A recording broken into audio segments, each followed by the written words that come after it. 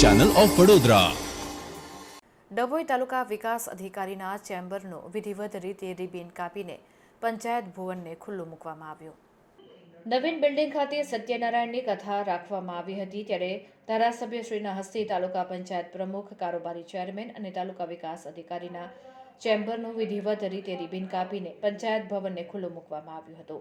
આ પ્રસંગે ગુજરાત પ્રદેશ ભાજપ સમિતિના સદસ્ય અને પુરવઠા જિલ્લા કેળવણી મંડળના પ્રમુખ શશિકાંતભાઈ પટેલ, તાલુકા વિકાસ અધિકારી તેજલ રાણા, મામલતદાર શ્રી ડીવી ગામિત, તાલુકા પંચાયત પ્રમુખ અને નગરપાલિકા પ્રમુખ બીરેન શાહ, ભાવેશ પટેલ, ડભોઈ તાલુકા પ્રમુખ નીરવ પટેલ તેમજ સભ્યશ્રી આગેવાનો હાજર રહ્યા હતા।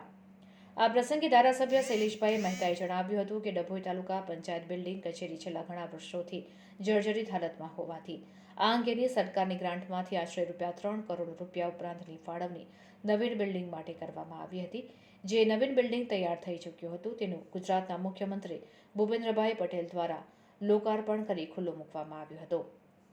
ત્યારે નવીન બિલ્ડિંગ ખાતે સત્યનારાયણની કથા કરી પ્રમુખ, કારોબારી ચેરમેન અને તાલુકા વિકાસ અધિકારીના ચેમ્બરનો વિધિવત રિબિન કાપીને જાહેર જનતા માટે પંચાયત ભવનને ખુલ્લું મૂકવામાં આવ્યું હતું।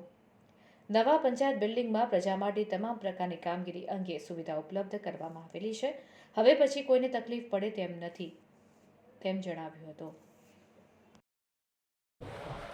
ડભોઈ તાલુકા પંચાયતના નવા બિલ્ડિંગો ગઈકાલે મુખ્યમંત્રીના હસ્તે એ લોકાર્પણ કરવામાં આવ્યું હતું।